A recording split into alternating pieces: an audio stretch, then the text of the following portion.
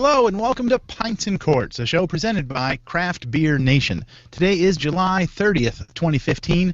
We are joined this week by Jamie Bartholomaus. He is the President and Brewmaster of Foothills Brewing in Winston-Salem, North Carolina. There is a lot to talk about, so let's get right into it. Pour that beer into a glass and get comfortable.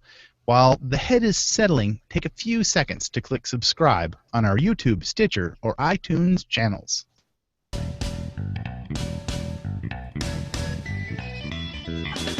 Time now for a look back at the last week in the craft beer industry. Pour a cold one and sit back for an all-new episode of Pints and Quarts, presented by Craft Beer Nation.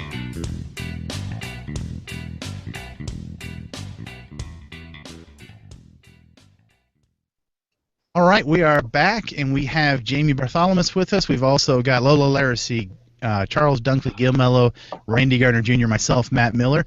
So we are Pints and Quarts with Craft Beer Nation. And Jamie, thanks for joining us. Thanks for making the monumental technical effort. I mean, this guy's gone through 3 computers and everything to try and join us tonight. Thank you, Jamie. 2 browsers. 2 browsers. Glad to be here. Yeah, it was fun. So let's go right back to the early days. You know, tell us about Foothills and where it came, where you got involved, where the inspiration and everything came from. Start us at the beginning. Sure. I was working at Old Hickory Brewery in Hickory, North Carolina for 4.5 years, and while I was there, I got introduced to some people who wanted to open a brewery in Winston. So we started talking. We started looking at buildings and, working on, who was going to do what. So we bought a building, our brew pub building, December 3rd, 2003. And that's basically when we kind of started the company. And it took us about 18 months to get open or so. We opened that facility. It was real beat up, so we had a lot of work to do. A couple different points. I didn't know if we were going to make it, but it was St. Patrick's Day 2005 when we opened. Which makes it a very good anniversary every year. Yeah, right. St. Patrick's Day. So easy to remember. Bartholomaus is a good Irish name. So right? we opened up. No. It's not an Irish name, no? German. But German. But, yeah. We opened, brew pub, 15-barrel, 240 seated the night we opened, March. And that was, but, regardless, we had a line down the street, and it was a great night. So from that, we... about 6 months after we opened, Pop the Cap happened in North Carolina, which allowed higher alcohol beers above 6%. So it was a nice timing for us. We got to start being creative fairly quickly, since they passed that law. And as time went on, we started distributing beer out of the market, in addition to our brew pub. Grew across North Carolina. We were self-distributing for many years. Eventually went to South Carolina, Tennessee, Eastern Tennessee, and Western Virginia. And that's kind of where we are now. We've expanded into all Virginia, but that's really our whole market now. So is the brewery in a separate location, or is the same place where was that? Yeah, we have our West brew 4th pub. Street? Is 50. Yeah, that's our brew pub. And on Kimwell Drive, we have a second facility, 50-barrel brew house in a 50,000 square foot building, 40-foot ceilings, big production facility. So we opened that one in 2011. So anyone who watches, yeah, let's see. Sorry, Jamie, go ahead. No, and I'm just the last thing I was going to say, we'll do close to 40,000 barrels this year, probably 38 or so. That's kind of that's what I was leading into saying. So. Anyone who reads our blog today read that we published that you made 400,000 barrels of beer last year, so that would have been a substantial upgrading. So we're working hard. Yeah, craftbeernation.org is not always correct, but we corrected it as soon as we heard it. So Jamie, you said that you guys are brewing 40,000 barrels a year now, so that means that you're impacted by that I think there's a law in North Carolina saying that if you do over 25,000, then you can't. You have to sell your beer to a distributor. Do you guys already do that in the state of North Carolina? Yeah. January 2013, we moved to wholesalers in the state. Okay. We were just coming out with 12-ounce bottles and 6-packs, and for about 3 months we self-distributed 6-packs, but we were lining up wholesalers getting ready because it's too much. There's 800 grocery stores in the state, and thousands of convenience stores. There's no way we could do all that ourselves. So, after we kind of made the decision to just continue to invest in the brewery, it was hard on cash flow to run both businesses. So we kind of decided to let the wholesalers do it eventually. So yeah, but that's 25,000. So we passed that 2 years ago. So, we made the jump and we're happy. We love for better or for worse. So, we're happy with that. So, you built a big following community there. It's amazing. Like you have this group of people that just follows you to the end. Like there's so much on media and everywhere, and people are very big fan of Foothills. It's a cult following, especially. Yeah. Especially for. Yeah, I think we're a grassroots brand. I think because we were self-distributing and we were draft only for like 7 years, so it was very tough to get our brand. You couldn't unless you were in a bar or a restaurant. That was it.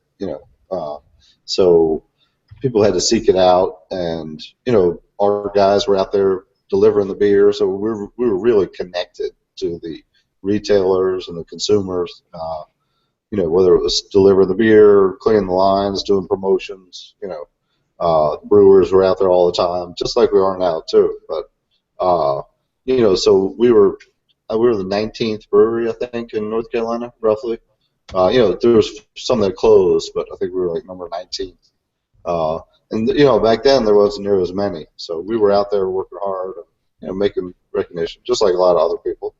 Now there's like 150 breweries in North Carolina, so it makes it a lot harder for the small guys to really stand out. To me, it's impressive. Like you get such an amazing IPA like Jade, but you also make a awesome, Pilsner. So you got to pull two amazing beer from different spectrum, brewing. And something that for me it's a big thing because it's easy to go one way or another, but you guys have two excellent beers. And our People's Porter is one of our main brands too. When we were going back to self-distribution. We've had to have a broad range because we wanted to try to get 2-3 handles because otherwise it was not a very effective stop for us. We really worked to penetrate into our accounts with draft. But you had to give them something. You can't just give them all IPAs and pale ales. You have to do other beers. So we've always done a fairly large range. So piggybacking off of Gil and off of what you just said, you kind of spoke to the importance of having a little bit of diversity. But do you feel like you guys have a specific identity as a brewery? Are you you want to be hop forward? Do you want to do crazy stuff? You want to be known for? Yeah. Go ahead. We're pretty hop forward. I'd say our Hopium IPA is 50% of our sales. Okay. And then between Jade and Seeking Double and our IPA of the month and our session IPAs, that's a pretty good part of our sales. But we also, our Pilsner's a lot of our sales. We have 4 different seasonal lagers on right now. There are different. It's our Yadkin River Keeper series, the local river here. We're doing. We're just doing all lagers for that. It's just some different. But yeah, so I'd say we're definitely a hop forward brewery. But so with that, I mean, you said Hopium is like 50% of your sales, so that makes that your flagship beer by default, right? Definitely. And so, but would you say that your most popular beer is Sexual Chocolate, or should I say your most sought out beer is Sexual Chocolate? Yeah, I would say so. That Okay. and we have, it's a cult beer, so to speak. It's a great name, great beer, great logo. It's kind of a great package. So it makes everybody want it. So it's there's hundreds of great imperial stouts out there, and that one's ours. It's a Valentine's Day beer, so that's what we put. And it's August 8th, right? Coming out on August 8th. Yeah, August 8th we're releasing our barrel age version. Okay. The regular version is for Valentine's Day, and barrel age, we put it in barrels at that time where we make the regular version, and then it sits in the barrels until now, till we get around to it. Usually August or September. So your IPA. We're doing a lot of trips. I was going to say we're doing several trips in September. Okay. So awesome. Do it now. Is your IPA dog and your IPA of the month the same thing, or they're two different things? Kind of one inspired the other. Okay. Barley is my partner who there's two of us who own Foothills. Matt. Barley is dog, and Matt and Meredith. She brings him in every day to work pretty much, and so he's kind of like he's just always there. He's like the brewery dog. So we kind of we did an IPA of the month last year, and we did pinup art, and we were looking for something different to do this year. So Ray, our marketing director, said let's use barley and just do dogs every month. So we kind of they're kind of humanized dogs, like dog men kind of thing. So it's a thing. It's another grassroots thing we're doing. People send us pictures of dogs, and we just kind of picked ones with good stories, cute dogs with good stories. They're all cute, but it's something fun, and we kind of use the story that they give us about the dog to try to incorporate into the label. Like you guys, like July, there's what I'm drinking right now. You can see that it's our IPA of the month. Maybe not. It's Will Wheaton's dogs. That's Will Wheaton. From what's that show? Oh yeah, help me here. Tabletop. Community Time. Yeah. Tabletop. So we chose his dogs. He has pit bulls, and him and his wife are involved in pit bull rescue. So and we kind of correspond with him online some, and he sent us a picture of his dogs and say any way we can get in there. So the logo is his two pit bulls and in space outfits with like a spaceship behind there. So he was on Star Trek. It's Seamus and Marlowe. That's their dog's name, right? One of them I think has passed away actually. That's pretty cool. Yeah. Oh really? Well, he lives on. Well, I think maybe these are. Yeah, that's. I think that's an awesome thing. I think that's an awesome thing that you guys do. Yeah. It's pretty. It's fun, we recreate what's fun about that project is every month. So we're designing the beer, the logo, the label, getting label approval, getting it printed. We're making that beer at our brew pub, and bottling on our 2-head bottler. So we do about 300 cases, 2 at a time, and we do it every month. Honestly, it's a huge pain in the ass for everybody, but it helps keep us small as we get bigger. It keeps us to the roots of what's really cool about this industry. It's spontaneous and whatever cool hops you can get your hands on. As we spend a lot of time working on that. So. Now, are you guys close to capacity as far as your barrelage is concerned? Like, are you getting to a point where you're going to have to consider maybe expanding again, or? We're putting in some more tanks later this year, some 400 barrel fermenters. Okay. And then so that'll be good. That's going to add a good chunk of capacity. Our facility is pretty good size.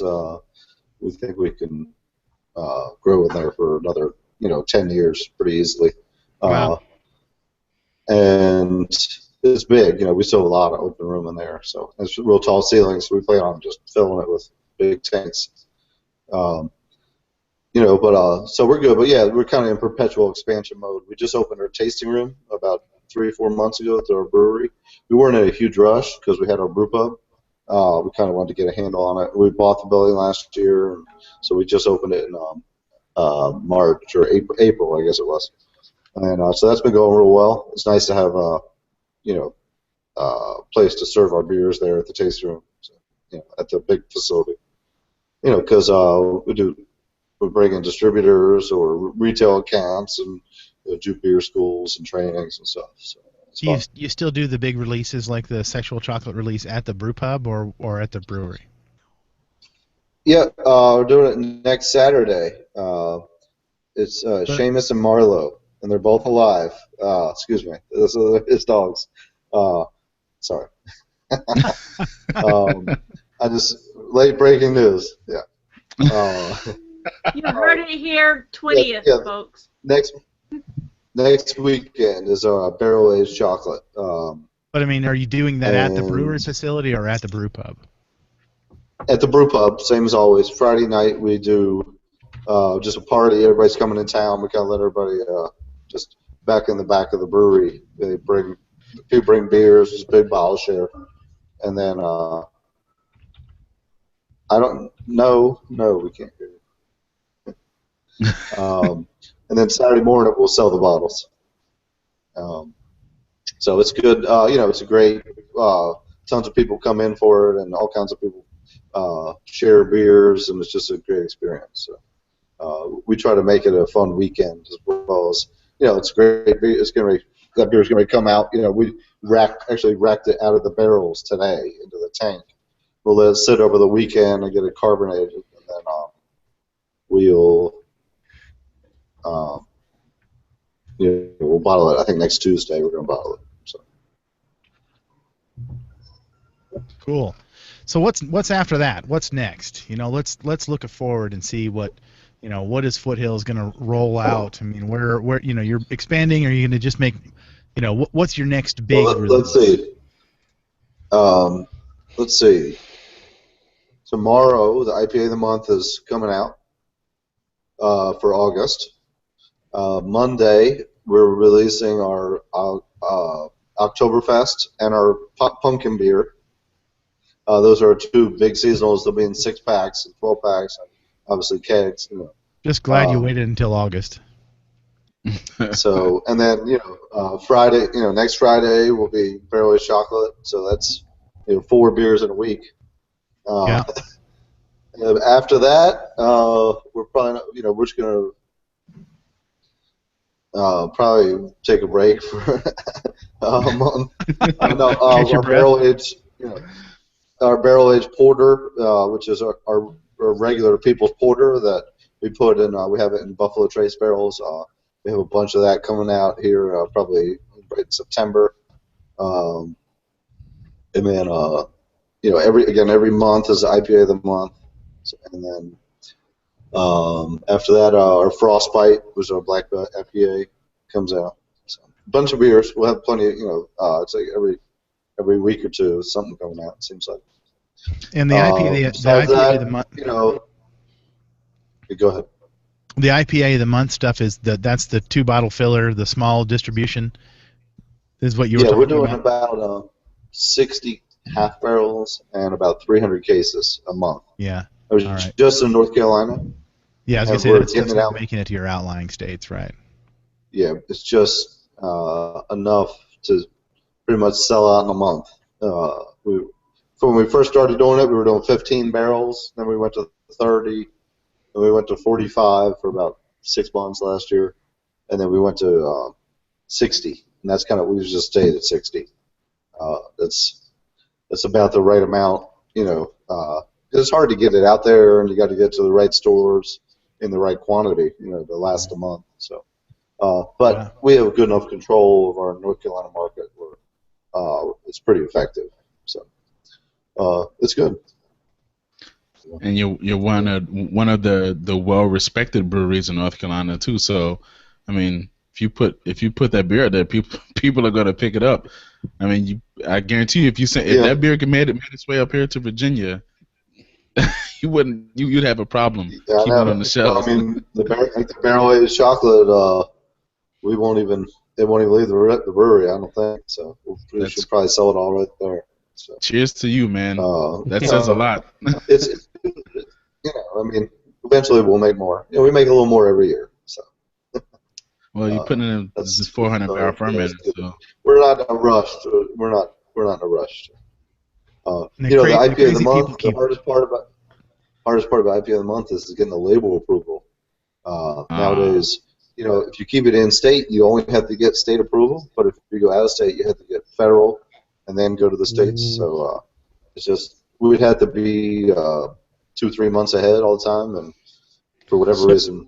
So even with the new regulations that you have recipes, like with the change, didn't make it any easier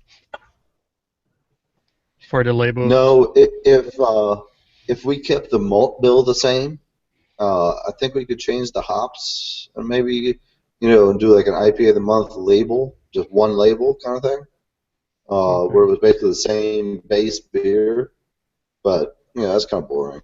Yeah, it's not very fun. Yeah. So it's hard to make the same beer every month, just a different hop every month. So we like to change it up.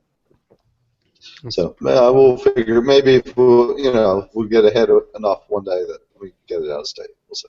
Are you guys thinking Oktoberfest already, or is it still a little farther away? Yep. No, we are. In fact, it's coming out next week. That and pumpkin both. So we come. Well, don't crucify us. We come out a bit early. That's okay. I had an Oktoberfest the other day. Don't worry. Did you? Mm-hmm. It stems from again back to when we were doing self-distribution and we were draft only.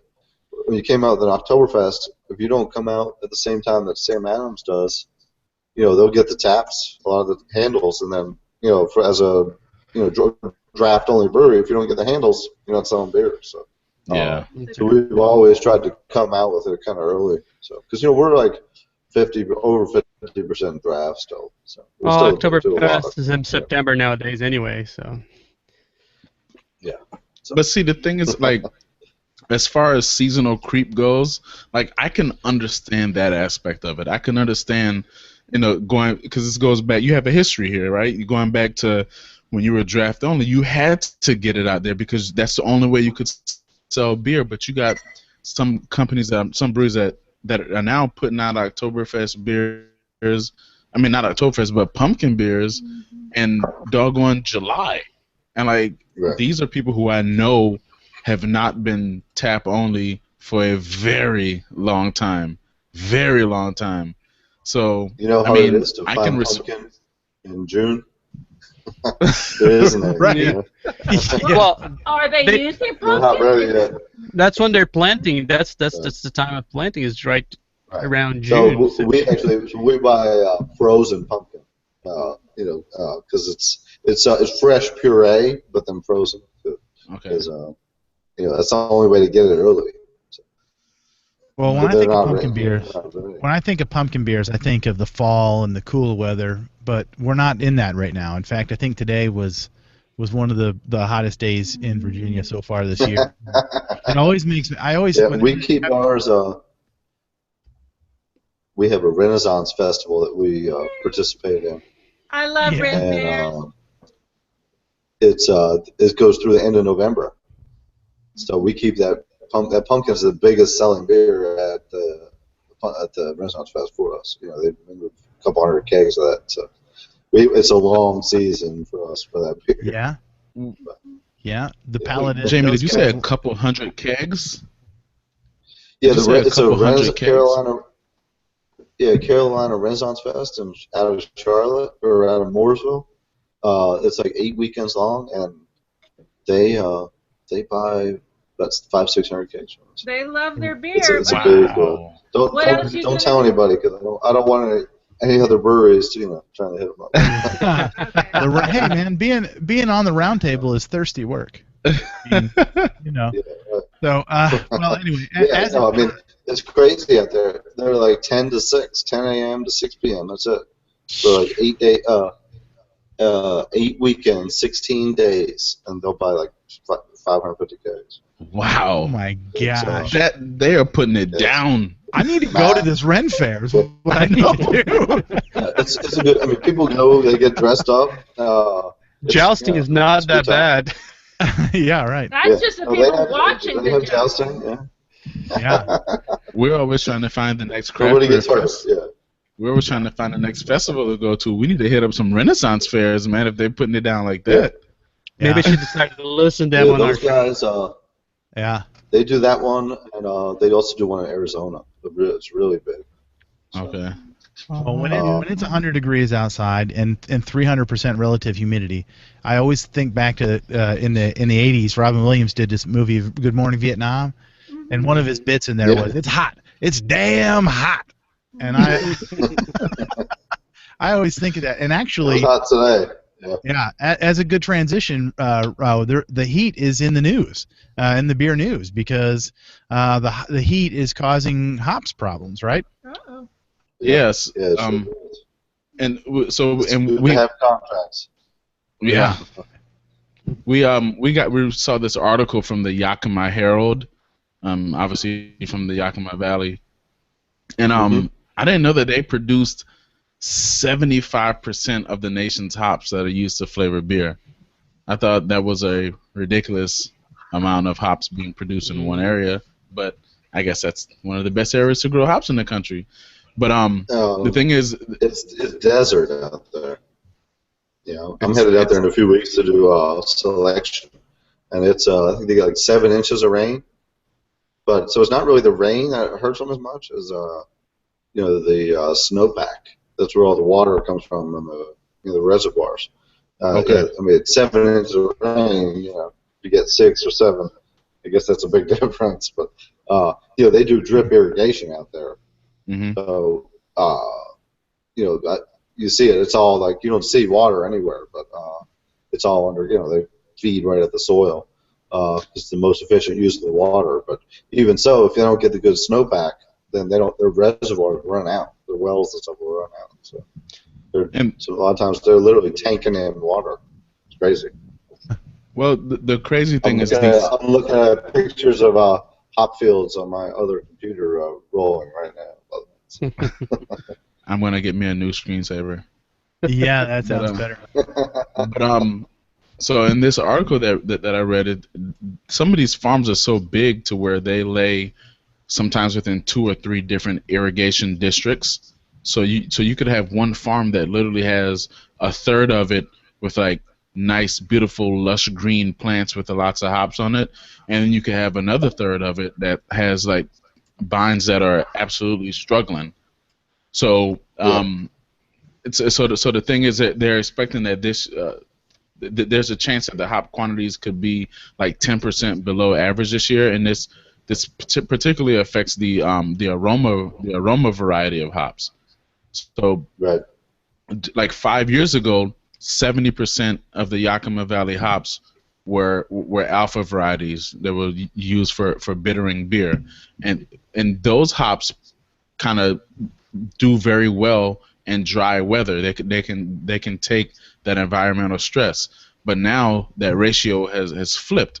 70% of the hops now are for the aroma variety, and the aroma variety are the ones that are used most in craft beer. And so, I mean, there's a chance. I mean, just like last year, or maybe it was earlier this year, maybe we saw where up in the upper Midwest they had a lot of rainfall, and so that kind of messed up the barley crop. And now this year, there's not enough rain, and it's having an impact on the hop crop. So it's going to be interesting to see where this goes. I know, like you said, Jamie, it's good to have contracts and everything. Contracts, So it's real important. Right. It's hard for the new guys that are starting up because they're basically buying spot hops. And to be in the spot market, it's a scary thing. Yeah. So it's gonna. I mean, if you're a small brewery, you don't need that much. You know, a couple boxes of this, a couple boxes of that. You know, that's okay.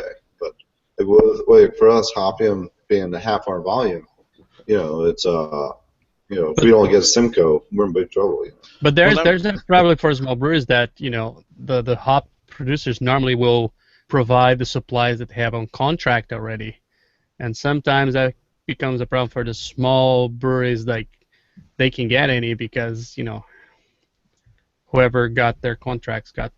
So there's always a imbalance there when, I guess, when production tips. That's what he was saying. Is he feels sorry for some of those guys. Yeah. Jamie, let me ask you this. I know that there's, speaking of hops and contracts, that there are some hop farms in North Carolina. Do you guys work closely with some of those guys? You know, unfortunately, no. Okay. We haven't been able to hook up with someone who really has you know, I've wanted to. We just haven't found the right person who's gotten us any quantity. Has to make sense. Every person I talk to is, if you can give me 20 pounds, let's do it.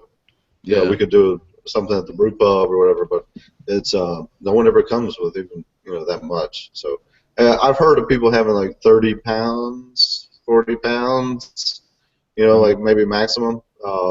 Only heard about it though. So and that's wet hops, you know. So no one in the state really has any capability to dry and really process hops. I mean, maybe somebody does, you know. You know, because you got to powder it, you got to pelletize it, you got to keep it frozen, flush with nitrogen in the bag so it stores right. You know, there's a lot to that. I always tell people, if you want to grow hops, well, first of all, this is not the right place to do it, but you know, go to Yakima and then come back and think about it. You know, out there is loamy volcanic soil, is desert land. You know, super, you know, sandy. Here it's red clay, compacted soil. It's like the opposite. Ton of rain, and they need a lot of water, but they don't need a lot of humidity. Which, of course, here there's a ton of humidity. What's that? Is that a highlight you're drinking? Yes, I'm sorry, I don't get your beer down here. You don't distribute to Florida, do you? No, is that a highlight? Yeah, I see that. Yeah, that's good. Yeah. I love my highlight. Yeah. I even match it tonight. Look. Yeah, well, we're talking about North Carolina, so let's talk a little bit more about North Carolina. Lola, take us through Fortune magazine's thing.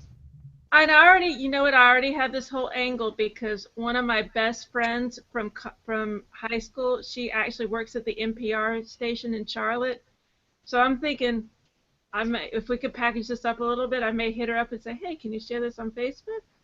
But anyways, we read an article from Forbes.com about all the breweries in Charlotte.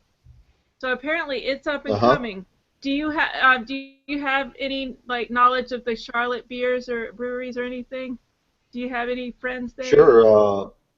Old Mecklenburg makes some great German style beers. The oldest one in Charlotte, according to this article, 6 years old, and they're the oldest. Noda is a brewery up in North Davidson area. Makes some pretty good beers. We know Chad Henderson. Birdsong. They make some great beers. There's a whole bunch. There's Unknown, Triple C, District 9, Ass Clown. That's a name. Who else? Sugar Creek. Wow. Ass Clown. I like that. That's interesting. And there's probably 15 more. Well, according to this article, there are 17, but with 20 on the way. And I don't understand how you could have 20 on the way. They're asking. They're file for permits. I stopped trying to understand it years ago. This is the hub. I mean, this is what's up and coming. I actually have a quote from Sarah. You mentioned Sarah from Noda, right? Who? Chad is the head brewer. Is the brewmaster. Yeah. Oh, I'm probably From getting. NoDa. And Sarah's from Lindsay NoDa is the. Yeah, Sarah's one of the owners. I think. Sorry. Yeah, Sarah's one of the owners. It's Todd and Susie are the owners. Well, maybe there's another owner too. Yeah, I don't know. Todd and Susie is a couple that I know who kind of run NoDa. But that doesn't mean there's more people. I'm probably wrong. Well, Sarah's their media person. I had a quote, and actually, as we were talking, I realized I forgot to copy it into my Word document. But that's okay, because I can talk slowly. I'm a Southerner, and being a Southerner, it means I can slow my speech to, like, Buddhist levels. Talk so to that I can find my quote. Where's my quote? So she says like she thinks that basically it's coming down to like a neighborhood thing, because Charlotte kind of has basically two brewery districts. You got the NoDa district, which is north of Davison, and I think it's called South End in Charlotte. South End, yeah. And the thing is, it's not like the breweries are scattered all around Charlotte. They're all just kind of like either in NoDa or they're in the South End. So the thing is that they can kind of have like brewery tours in those two sections of Charlotte, and I think that's going to be, to Lola's point, one of the things that makes Charlotte a great beer city. Asheville, they just have a bunch of really good breweries, and they're attracting others to the area. But Charlotte, they have a lot of great breweries as well. But you'll almost literally be able to go to the NoDa district and walk from brewery to brewery to brewery, and you can go to the South End and do the same thing. So basically, Asheville is like that too. Okay, cool. I think what's happening in Charlotte is like it's a thing that's happening in many states. They're getting those towns, their breweries are really clustering around, and they realizing that they can help each other at the same time. People there's this idea of variety, and they like to try different things. We can see that in Tennessee. We can see that in Arizona. Around here in PA, both Philadelphia and Lancaster area. So there's a lot of states that they're creating those hubs, which I think is a great thing. It's a big tourist thing that a lot of places can go for it. Like people like us will, make it easy for us to travel to a place and spend some money on a trip to go brewery hopping, or whatever you would call it. Brewery crawling, yeah. Brewery crawling, yeah. Pub crawling. Even Jacksonville, where I am, we have an area like that. Randy went with me, King Street. That they have a lot of little brew pubs and breweries there. So it's a longer street. You don't really want to crawl on it, but if you have to, you could crawl.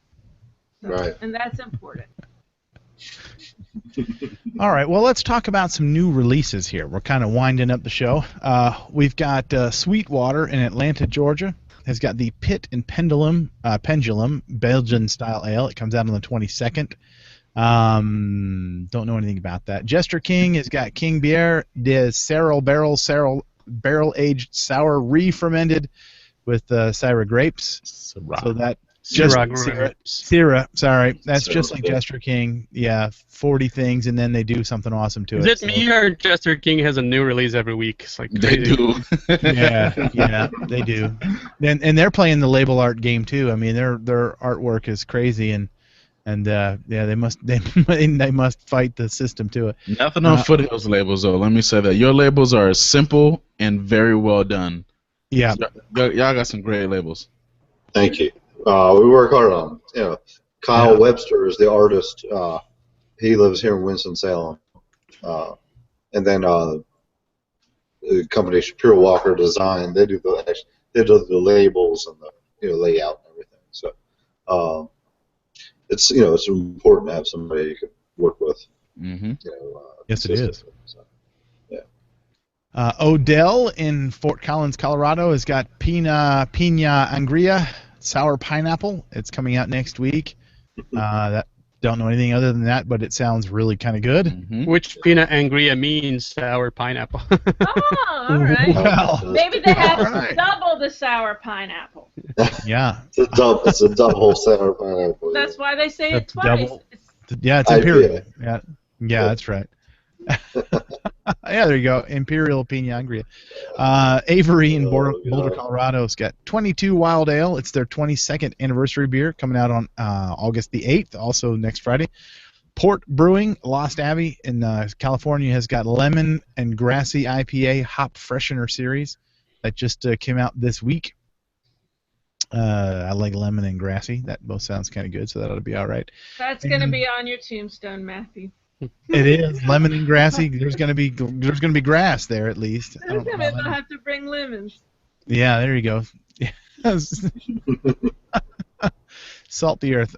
Foothills. These guys have we've talked about it on the show, but they're also gonna. We'll mention it again here. The barrel-aged sexual chocolate stout release is the 8th of August. And you guys do a thing Friday night, like a tasting, and then sell it Saturday morning. Is that how it goes? Yep. Come Saturday night and taste, or Friday night, Saturday morning, whenever. The whole weekend. One of our guys, one of the guys from Craft Beer Nation lives in Roanoke, and he's been down there. I don't know. What do you think? 4 or 5 years. Mm-hmm. Doug Nolan's his name, and Alan Huerta comes out as well too. So you'll have a couple. You'll see some Craft Beer Nation hats and stuff down there for that. And I was there on a Tuesday, and it was crowded.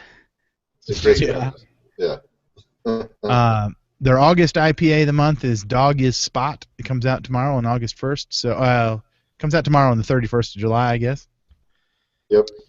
So those are the releases, and you heard them say they got all kinds of stuff coming up here. The Barrel Aged Porter comes out in the fall in September. They've got their Oktoberfest, their pumpkin beer that they got to keep making 1,000 barrels of that for the drunk Renaissance Fair guys.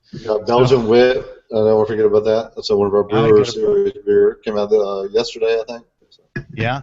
Yeah, you do need a break. You must be tired of releasing all these beers. That's get the tanks back. Yeah. Get your tank space back. Festival-wise, we've got America on Tap in Richmond, Virginia. That is August 1st, so that's Friday. Beer and Bacon in Omaha, Nebraska on Friday. That sounds pretty good. I'm sorry, I keep saying Friday, but for 1st of August is Saturday, right? Yeah. So that'll be Saturday. Far West Beer Fest in Washington, Sequim, Washington. That's on the 1st of August. Gnarly Barley Brew Festival in Loveland, Colorado is on Saturday.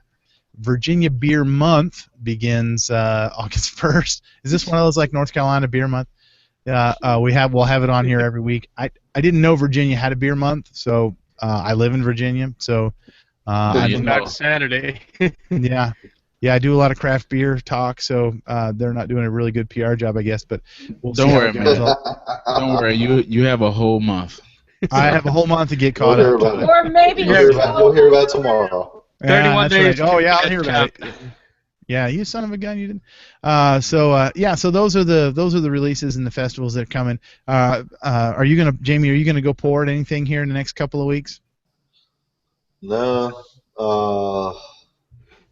I'm skipping the JBF. I'm going to Yakima instead. A couple weeks before. So, I'm gonna suggest. What? Next year. I'm gonna suggest. I think you should come to Savor. Oh yeah. Yeah. Well, we went 4 years, and then 1 year we just couldn't go. We had like 5 events or something like that already, and now we haven't. It's a lottery, right? Supposedly. Yeah. Anyway. Well, to pour, but you can always attend, man. There's a lesson for you. When they invite you, you always say yes. Because the 1 year we couldn't go, we said no, and we haven't gotten picked since. Oh man! But it's a lottery. It's a random lottery, so. That's random, yeah. That's what they say. So I love that. We love that event. Of course we go back. We definitely had a good time too. So. Real quick, Matt, hold on. Before we leave, we'd be remiss not to ask Jamie about his coffee skills. Sour coffee roast. Okay. Yeah. We understand that you're big into roasting coffee and stuff like that. So you want. Yeah, I've been roasting. My wife and I have been roasting for about 11 years. Just home roasting, and we use it in our beer sometimes. I bought a little bigger roaster recently, and then donated it to somebody because it's a 3 kilo. This guy who's has a little coffee roasting company, and he's trying to get it going. So I'm loaning him my roaster right now. But yes, I have a home roaster. We do it every 3 days. We roast at the house here, and go ahead. Where do you get the green beans? We just order them online. A company called Dean's Beans online. We buy like 30 pounds at a time. We like Peruvian here at the house, so